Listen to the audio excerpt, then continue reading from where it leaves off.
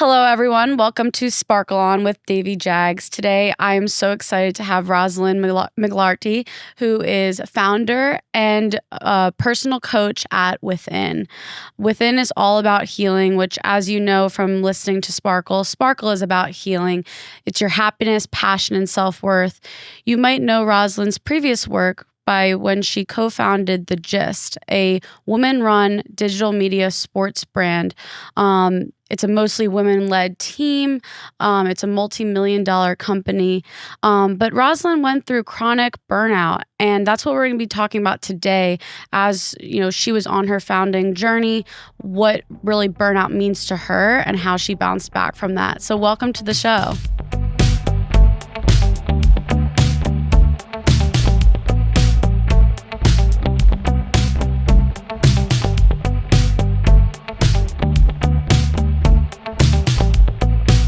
For having me. Yeah, so I want to start at the beginning of your career. So what gave you the idea to start The Gist? I love The Gist, by the way. Oh, thank you.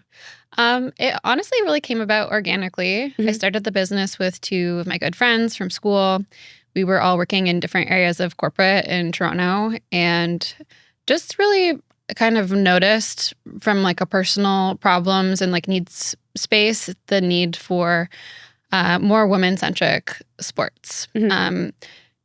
We were, grew up playing sports and were interested in being a part of the sports that community could provide, but just weren't really resonating with, the ESPNs and the Fox Sports and the Barstools, obviously, of the world, because it didn't feel like a place for women. Right. And we're also just like very aware of the inequality in the industry from what was being played on TV, like women's versus men's sports, who was reporting and creating the content around sports, and who ultimately it was targeted at.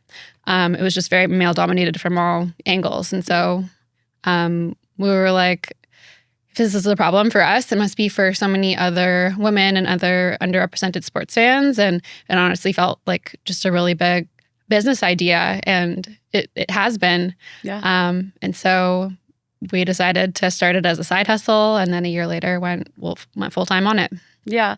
Can you kind of describe that moment where you felt like it was something even bigger than like your own passion, right? Your own personal passion, what that feels like? Yeah. Yeah, I can remember a pretty distinct moment when I realized like we really have something here. It was when we had our initial launch party. So we'd been working on the company for about 6 months and, experimenting with content and getting feedback. And we decided we were going to have a party to officially launch it and invited like 300 of our friends and colleagues and just like people around the city, and did like a PowerPoint slide presentation on like what The Gist was and why we were doing it. And I remember like coming home after the party, just like reflecting on the feedback that we had gotten and the energy around it and just like the buy-in. And I was like, okay, I think we really have an idea here that is going to be big. And so then when you went after fundraising, that is a super big challenge. Women who go after fundraising are only getting like 2% of VC funding. It's an insane stat. I even just talked about it on a recent episode. And what was that like? And how did you, stick to your mission and your integrity during that time? Yeah.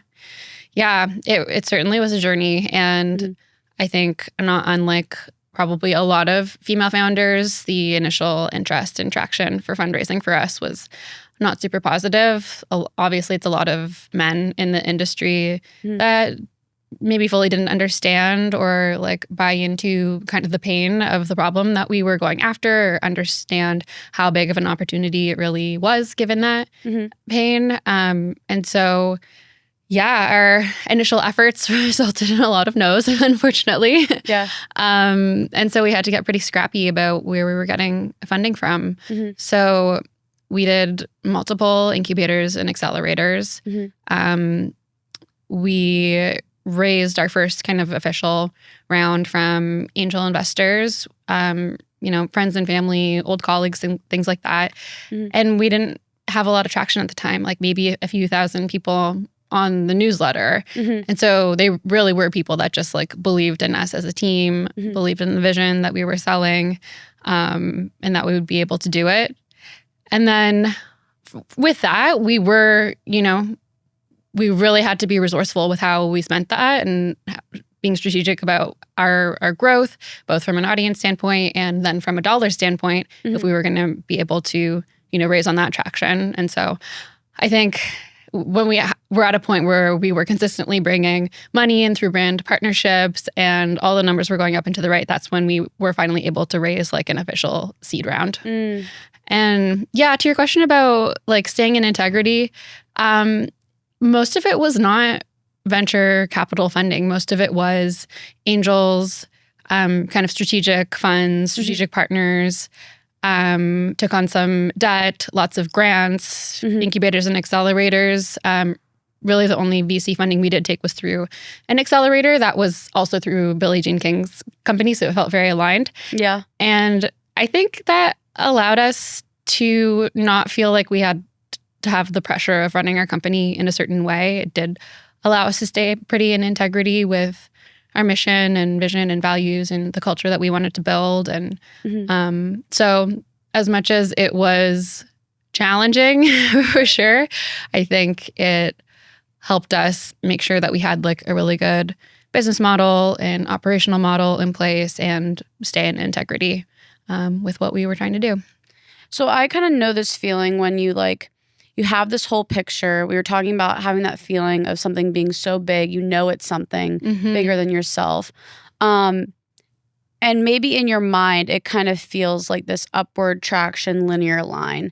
But to someone else, it feels like a big like scribble, right? Yeah. How did you either convince people to believe in you, or like what did you do to get someone to see that linear line, that trajectory going upward? Was it like multiple moments, or was it like one distinct thing that you had to go back to the drawing board and like maybe present? Yeah. In terms of fundraising, you mean? Fundraising, or even just like the mission of the company, because there is such a stigma of, women aren't interested in sports, which is like blatantly not true. Yeah. It's funny. I feel like when you're a founder and you believe in your idea, like your conviction is just like so strong that it's going to be successful, even though all the stats are like stacked against you in terms of like how many startups succeed after 1 year, 3 years, 5 years, et cetera. But like you believe deep down, like, yeah, this is going to be huge. And I think that's something that is kind of magnetic to people. And, in terms of like when you're hiring a team, like people are attracted to that conviction and belief that you have in your vision. And I think it's the same thing with investors too. And of course, like they want to see the data points and the traction. But we did have them that were like showing that things were going in the right direction. And I think too, like, especially in more recent years, also the industry data was going in the right direction too, just in terms of the growth of women's sports and women in sports. Right. So it was tough in the beginning, and I think it was that vision and conviction that got the early people. And then when we had the funding to build, our bet was basically right. Yeah. And then what I do love about the Gist is like it's very community based. How you said you had a lot of people that like believed in you, and that were those first initial subscribers. But how do you foster such a large online community like that?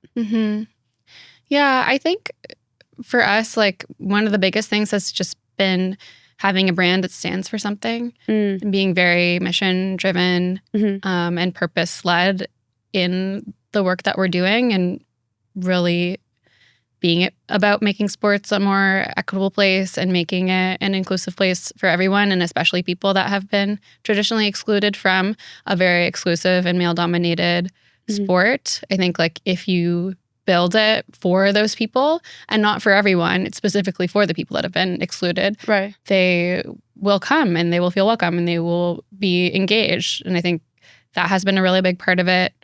I think just continuing to be aligned with our integrity and everything we do and all of the content that, we put out. Also, I think it's just that like alignment and that commitment to the mission that in addition to it being a useful product that people are like, great, I can stay up to date with sports. It makes me laugh. Like there's utility to it. They also feel part of something bigger, a larger movement. Right. And so I think that's kind of the key to it. What does purpose mean to you, whether it's personally or professionally or both? Yeah, good question. And for me these days, like they are kind of going together in one, which I think is kind of the sweet spot. But yeah, I think when I think about purpose these days, it's like, it almost has kind of a spiritual meaning to it. It's kind of what I think I was meant to do here. Yeah. And it's the way that my unique gifts and talents and what I'm naturally interested in, what I'm naturally good at, kind of meet with how I think I can have the greatest impact on the world, essentially. Yeah. So for me, I'm like so happy because it feels like my personal purpose and my professional purpose get to be one right now. And that's how I feel about like when I coined the word sparkle. It's like that fire inside that like wakes you up in the morning. But what I think sometimes, especially, as women, we start to feel guilt when our purpose changes. And so what were some of the feelings that you had when you stepped away from the gist? Yeah, it was a lot of mixed emotions and not easy ones, a lot of them. I think there was a lot of grief because it was something that I like had put so much of myself into for so many years, and I was really attached to my identity as a founder of The Gist. Yeah. And like I loved the team and my co-founders. There were so many great things that I would be stepping away from that it feels like a breakup, it feels like a little death. So a lot of grief. For me, because I burned out, there also was a lot of shame and guilt around like I wasn't able to bring my best self to the table here, and I was in a really low self-worth place. And so there was a lot of shame associated with taking a step away, a lot of guilt of like, I feel like I'm leaving behind my team. I feel like I'm leaving behind a perfectly amazing like mission and like situation. I think there was also some relief because I think I knew deep down that it wasn't aligned and it wasn't my true purpose for me personally. As much as it was for many years, it felt amazing and the right place to be. Eventually, it became a place where I didn't feel like I was fully expressing like my true gifts and what I'm here to do.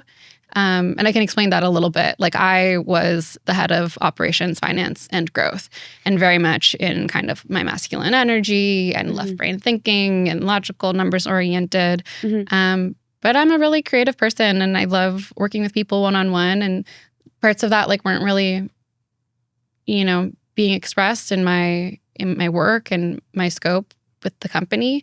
And so yeah, there was a little bit of relief and a little bit of hope that like maybe I can find something that is more aligned. For the listeners that don't know what the masculine energy means, can you explain more in depth what that means? Yeah, it's kind of that like analytical, strategic, like there are some very positive like masculine traits like good leadership. Lots of us are more familiar with like the toxic masculine traits too. Whereas the feminine energy is more intuitive, it's more creative, it's more empathetic. And you need both to be in balance and to be successful. But our culture really overemphasizes and overglorifies the masculine traits. Right. Tells us to grind and work hard and like be a certain brand of leader. And undervalues the more feminine traits. And I realized that that's what I was doing too. I was really over leaning into my masculine. And so a lot of my journey has been coming more back into my feminine and appreciating it in a way that I didn't learn to appreciate it through my upbringing and culture. Right. And what was your first indication of either that misalignment or chronic fatigue and burnout? Mm-hmm.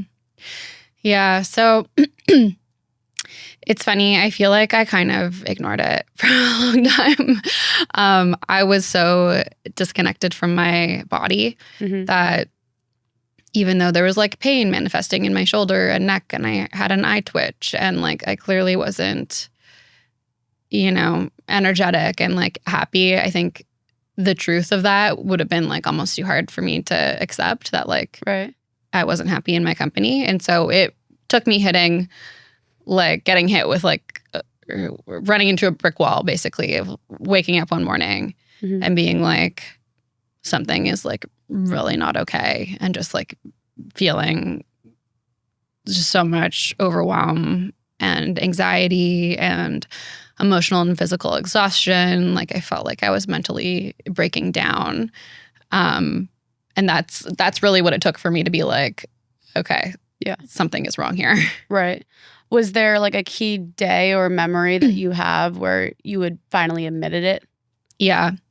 Yeah. The day when I like woke up and felt all of those things was the day that I admitted it to myself. And I also admitted it to my co-founders. I kind of told them right away. And they were very understanding and compassionate, obviously. But I don't think any of us fully comprehended the full extent of burnout and like how bad it can be. And that, we were brainstorming like, okay, maybe Roslyn will take like a few long weekends and just keep working into her whole 2-week vacation and like that will cure her. But, and I like, that's what I thought too. But in reality, like when you're at the very far end of burnout, because there are different stages of burnout, but at its worst, it can take months and even years to recover from it. Right. And so I did keep working for another 3 months and it just got worse. My work performance declined, my mental health declined. I went on my vacation hoping it would cure me and came back and it was just as bad as ever. And so that was kind of the point at which we were like, okay, Roslyn needs to go on leave. Do you think that part of you knew, like even that day when you admitted that you had burnout, that you were going to have to leave the company, or did you have no idea? I had no idea, and I was very against leaving the company, even though like deep down, as I would find out over time, like there was some like inner knowing of this is not right. But I was like so attached to my identity of like working in that company that I did not want to go. Yeah. And it took a lot longer for me to finally come to terms with that reality. What was your perception of the word burnout or like your relationship with it before you actually admitted it? I didn't understand the full extent of it. I think because it's a word that sometimes gets thrown around in our culture. Yeah. Sometimes people use it interchangeably with like, I'm feeling stressed or like I've been working really hard for like, a couple of months. And sometimes all those things do go together for sure. But I didn't have a full appreciation of how like absolutely devastating it could feel. I personally hate the word burnout. Uh-huh. I think it started, and I think it's used specifically against women a lot, and young, ambitious women, right? Because I sometimes think it's the narrative around it is like you brought it on yourself, like like you worked too hard or like you put too much on your plate, and it's like I always say like your biggest strength is also your biggest weakness. So like I'm a very, very passionate person. And so sometimes I'll get so laser focused on something, but it's not coming from a place of like, it's coming from a place of love. Like when I pursue something and then the warning is like, oh, like don't burn out or like in some ways, and maybe this is just my experience, but like it's been a way of like manipulating, right? Like so that I wouldn't go after certain things and like as it relates to sports specifically. So I always felt, well, let me just show you, which in some ways leads to a burnout, but it's not like if we're using sport as an analogy, like it wasn't necessarily the physical act of running for me. And that's like the sport, the cross country and track. But and sometimes it's not even like the writing, it's actually these larger societal systems or stigmas that kind of contribute to this chronic burnout. And I don't know if you felt that way with like, you know, what you were doing with the Gist was innovative at the time, and it still is in a lot of ways. Do you ever feel like that played a role in your burnout, or do you think it was actually the logistics of the operations of building a company? You know, I think that there were a lot of factors that led to it, both external and internal. I think on the external side, being in a high growth startup environment and the effort to bring something into the world that wasn't there before and have it succeed, it takes a lot out of the founders, the team, everybody involved. Yeah. And it requires a lot of personal and professional growth to go from a three-person company to a 20-person company in 5 years. But then, and for me too, there was the whole scope thing. But then on the internal side, there was a lot going on a deeper level. I was in many ways being driven by a lot of core wounds and this need to prove myself in the world. And so I was a perfectionist in my work in all different areas of my life. I was a people pleaser. I was trying to keep everybody happy with me at all times. I had a hard time setting boundaries and saying no. I would overwork. I had a hard time asking for help. I was trying to be super independent, all as a way of getting this external validation that I was capable and I was a good manager and good leader and all these things that I thought I needed to be accepted in the world and to be loved and respected and admired.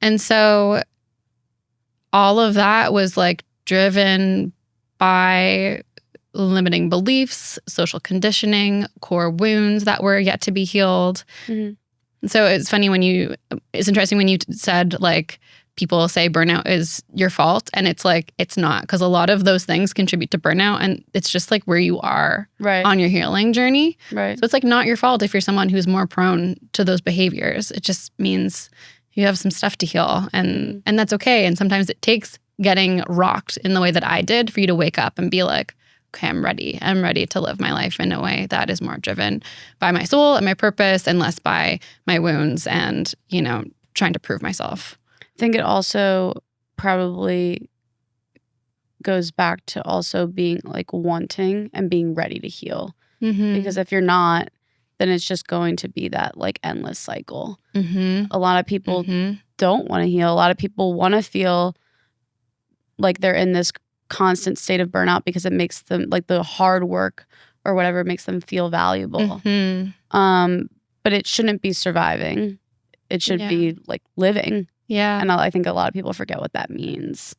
Now, your work within as a founder and executive coach, do you ever feel like this burnout is kind of inevitable for like creatives and founders? Or is that like what your work is now, is pushing against that? Yeah. I think that's like the narrative that we're told is that like you have to build a company in a certain way and you have to hustle and you have to grind and like that's the key to success. And I think actually there's a different way of building companies that allows you to lean into what you do best. Because I think a lot of the time burnout comes from a misalignment between like what you're meant to be doing and what you are doing, which is probably why like you can do what you're doing without necessarily burning out. I think it's when you're grinding on the stuff that is not feeding your soul and giving you energy that you burn out. And so I think if you're working on the right things that mean things to you, and you're doing the work of unblocking limiting beliefs and just like getting out of your own way, and you're having respect for your nervous system and resourcing it.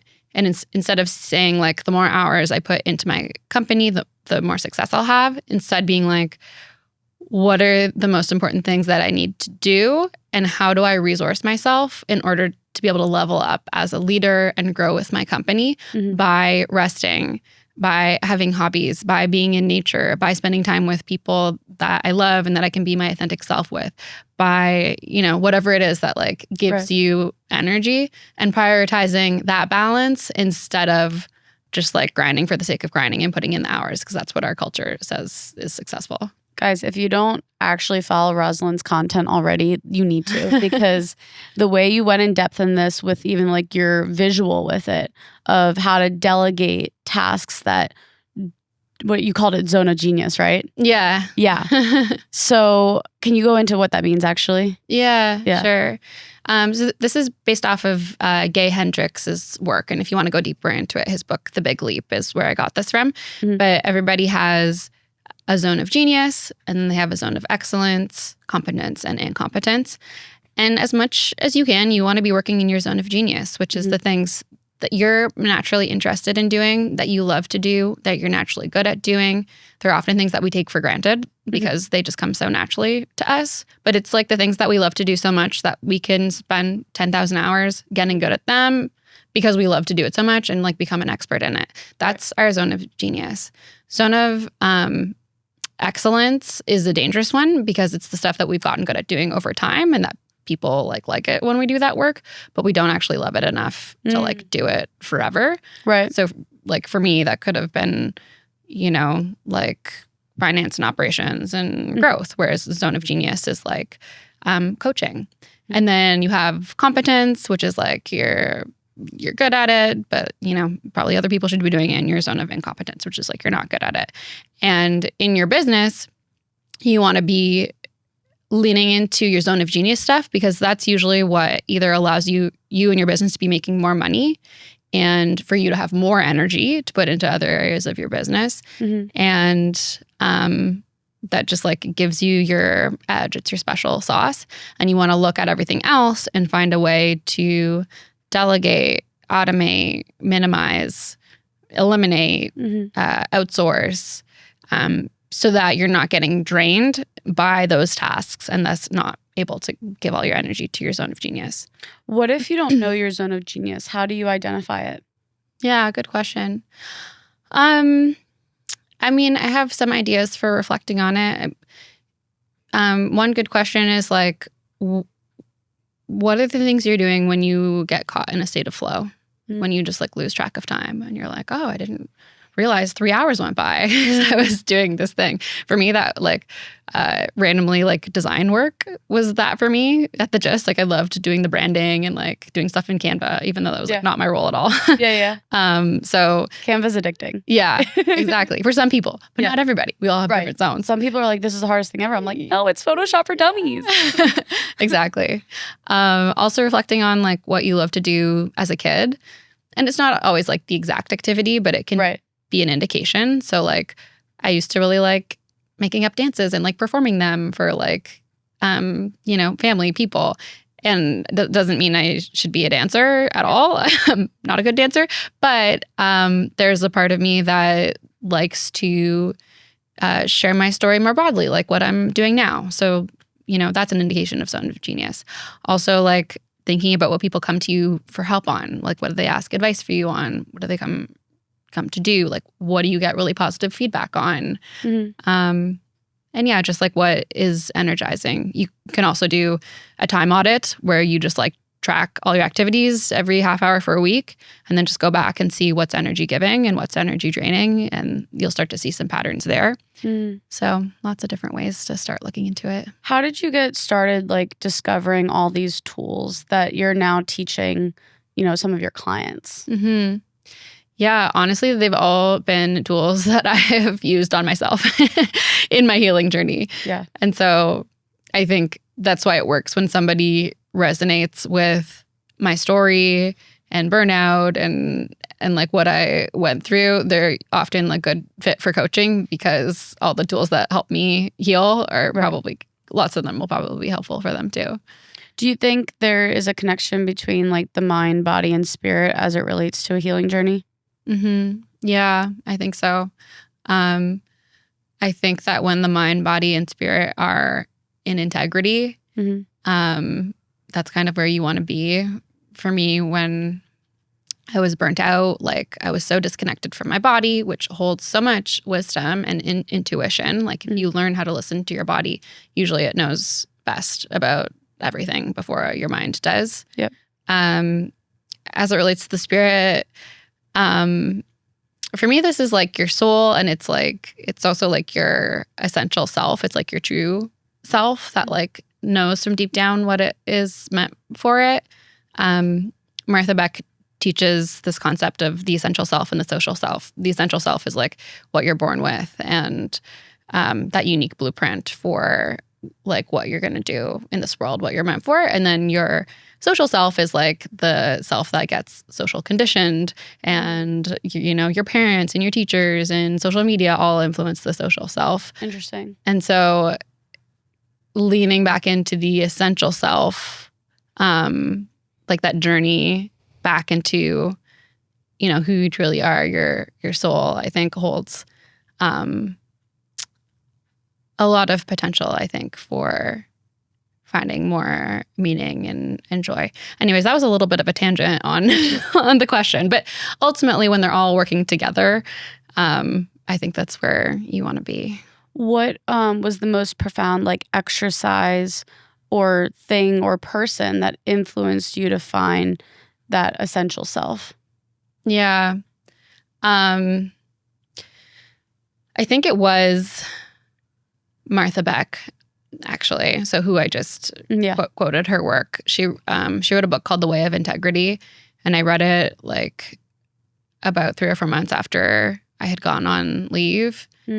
And I think it's really what inspired me to do the work to like understand my social self and get back to my essential self, and like truly embody the belief that me acting from this place of or like honoring this essential self and my unique purpose and everything is what would allow me to be the most successful. And she also is like a pioneer of life coaching. And so I signed up for her coaching certification after reading the book because I was like, I just really believe in her teachings. And I've been doing that for 8 months and just graduated from it. So yeah, the book just totally changed the trajectory of like the last year for me and played a significant role in me becoming a coach. So when you started coaching to heal your burnout, did you know that your next venture was going to be a coaching business? I didn't know anything for sure, but I think there's something interesting about the period of grief and when your entire world is falling apart and like you're just at a rock bottom, is that it's like a place where I think it's easier to get like pings from, you know, your essential self. And so I think I did get some like pings that like coaching would make sense for me. Like I was very obsessed with personal development. I was like, okay, I'm ready to heal. And I also think that like the struggles that we go through are often what are meant to be a part of our purpose. And so it all just kind of made sense fitting together that I would like help people going through what I went through that modality that like lights me up so much. What has been the most interesting thing that you've found in other people's stories as it relates to their burnout and their healing?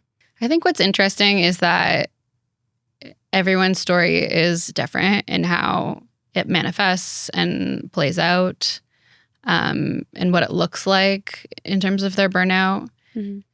But at the core, I think it's still kind of like the same issue, which is that misalignment between like your life and how you're showing up in the world versus what's actually meant for you. Yeah. And then I guess, can you go into like the actual feeling when you were able to get, because I'm assuming like when you were at the gist, it felt aligned in that period of your life. But what that shift was like when you found this new alignment within. What is, so people know kind of from your story that they're on the right path. Because I think sometimes, especially when you're kind of this in-between phase and you truly have no idea, and maybe the odds or like the facts are looking like you don't know what you're doing, right? Whether it's finances, whether it's people's perceptions. But how do you stay grounded in knowing what you're doing matters? Yeah, that's a really good question. When I think about the difference between like when I was at the Gist, especially as I was burning out, I was just like really disconnected from myself, even though I was like, in my mind, I was like, what I'm doing is important and I think this is what I want to continue doing. I'm very dedicated to it. But it didn't feel good like in my body. Whereas as I've been on this path within, it's almost like kind of like a resonance in my body. Like when I would ask it like, what about coaching and what about writing, and like starting to share more.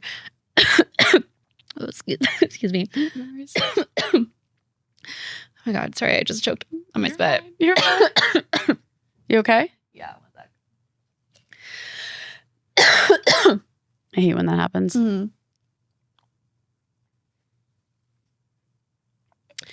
Not the best time. It's okay. Okay, what was I saying? Yeah, I think there was just like this resonance in my body. Like it feels like light and expansive and like lit up. And I think if you can stay in it and trust that enough, you can figure out the other things. Like I think a lot of the things that hold you back from really listening to like what is meant for you and what your body is saying is meant for you, a lot of the time they're limiting beliefs actually that can be worked through. And usually like if this is your destiny, like there are different ways, like there are different strategies and different paths of like figuring it out, even if it's not like you're going straight to the end vision of like you doing this thing. Yeah. I think that there are ways to just start pivoting towards it and taking steps that you can do kind of in the meantime. It's so funny because like that lit up feeling is sparkle, right? But I think so many times we are our own worst enemy and we talk ourselves out of that light. And we like kind of create this own darkness, which is like limiting beliefs, like you said. What are some tools to unlearn that and like not kind of, because like sometimes no matter what you pursue, it's going to feel like work. It's going to feel hard. But maintaining that kind of flame, I think, is really important. But sometimes people convince themselves to shut it off, and they just get in a cycle. And I can never really imagine completely shutting it off, but I know I have self-limiting beliefs, and sometimes I don't know what to do. Yeah, that's a good question. I think when it comes to limiting beliefs themselves, there are different tools for working through them. If you're able to, like a coach or just like a third party that can point out the things that like you think are reality, but they're just like, dude, like that's not reality. That's in your brain. That's just like you trapping yourself in your own brain. So like a coach or even just like a friend that can help point it out is helpful. I think journaling is really good for it too, and just getting into the practice of like writing down what is like the limiting belief that is holding you back, or what is the thought that's maybe holding you back, and just looking for ways to disprove it. And like asking powerful questions of like, where did this thought come from? A lot of the time, like some of our limiting beliefs come from our parents, for instance, or from, other aspects of our upbringing or culture. And then finding evidence to prove it wrong. So like, for example, if my limiting belief was like, I really think part of what I'm supposed to be doing, the mission of Within, is telling my story on a larger stage. But my limiting belief is like, I'm not a good public speaker, which has been a limiting belief for me Right. for a long time. Like, I think you're a great public speaker. Thank you. I've been working on it. I've been like pushing on myself through limiting beliefs and actually going to Toastmasters to like Awesome. keep practicing, you know, Cool. getting over the fear. But yeah, if I wanted to do some work around that limiting belief of I'm not a good public speaker, it's like, okay, what's the evidence to the contrary? And it's like, Right. well, I've done it before. And, you know, I've gotten good feedback from it. Like right now, like if I was having that limiting belief now, I'd be like, Davey told me I was a really good public speaker. Yeah. You know, just finding like examples to say that's not true. And so I'm not going to let that limiting belief hold me back from this, like something that I think is important to what I want to put out in the world. Ironically, I have the same limiting belief. I mean, I get nervous all the time for these things, and it's one of those things that I know I fall in the middle of. I'm able to do it, so that's why I'm like, well, I must do it because there's people who can't. And what I care more about than like obviously being afraid is like people's stories not being heard. And so that's why I'm like, all right, let's power through. I'll eventually get over it. But it's like, I don't know. It's still, you have to at some point take off that prescription that you put on yourself, because if you're doing it, then how is it true? Maybe I just answered my own like fear. Look what you did. See, she's a great coach, guys. So as it relates to a burnout and what you're doing now, what does the definition of working hard mean to you? And maybe it's changed from back then when you were at the Gist to right now. Yeah. My relationship with hard work is very different. I think I felt very motivated to make sure I was building this new business in a way that wouldn't burn me out. And so I think one aspect of it is, like we talked about before, leaning into the zone of genius and what I do best. And so even if I am working harder, like more hours, it's taking more well, it's not taking more energy because it's actually energy giving. It's more sustainable for me because it's not like grinding away at something that is soul draining.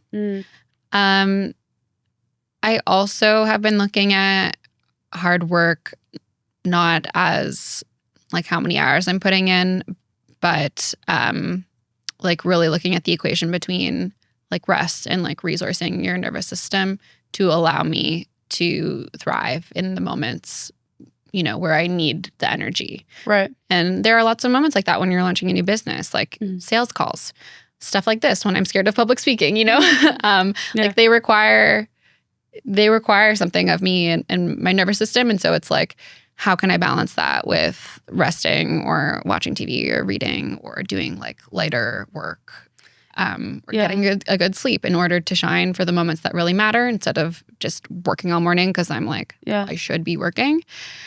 And then the other thing too is getting really strategic about what, when you are working, like what you're working on, instead of being reactive to the emails or the Slacks or whatever, like really being intentional at the beginning of the quarter and the month and the week of like, what is the number one thing that I need to be working on in my business and pushing ahead, and using the first 2 hours of every morning to be pushing ahead that goal so that if I'm tired or if, you know, I can only work a few more hours in the day, the thing that needed to get done got done. Right. Because like 4 hours of really incredible productive work with a bunch of rest that fueled you to do those 4 hours is more valuable than 8 hours where you're like getting up every half hour and like dragging your feet. Exactly. Which I think sometimes like the 9-to-5 culture has perpetrated that a little bit. Yeah, absolutely. And it's like some people don't actually work their best from 9 to 5. Nope. And I love what you said about like kind of, it's almost like shifting your perspective on like what work really is. Like if we could reframe that sometimes work is watching our favorite TV show, and that makes us shine, like that's really powerful. Yeah. It's like because I mean, even there's this book, The Creative Way, that people talk about, and even Issa Rae talks about this, of like the kind of rest that she needs to generate her most like creative soul and creative work. And it's kind of these external perceptions that dim our light. And I'm so happy to have you here speaking about alignment and what we can achieve from our power within, no pun intended, but to actually keep shining sustainably. Yeah. So I love what you're doing. Thank you. Yeah. Is there anything else that you want to share about your mission and the future? Yeah, sure. So within, it's a personal development platform for founders, offering coaching, content, and community. And really the focus is at the intersection of entrepreneurship, personal development, and spirituality, because I do believe that entrepreneurship is a very spiritual journey and an opportunity. It's an opportunity to grow and heal and learn. And I just, want to honor that through my work and support people on their journey that are willing to do that inner work alongside the external work that it takes to build companies and lives of meaning. Yeah. No, well, thank you so much for joining the Sparkle Show. Your ethos really aligns with everything that Sparkle is about, your happiness, passion, and self-worth. And that is a journey, and it ebbs and flows. So thank you on, and sparkle on. Thank you. Sparkle on too.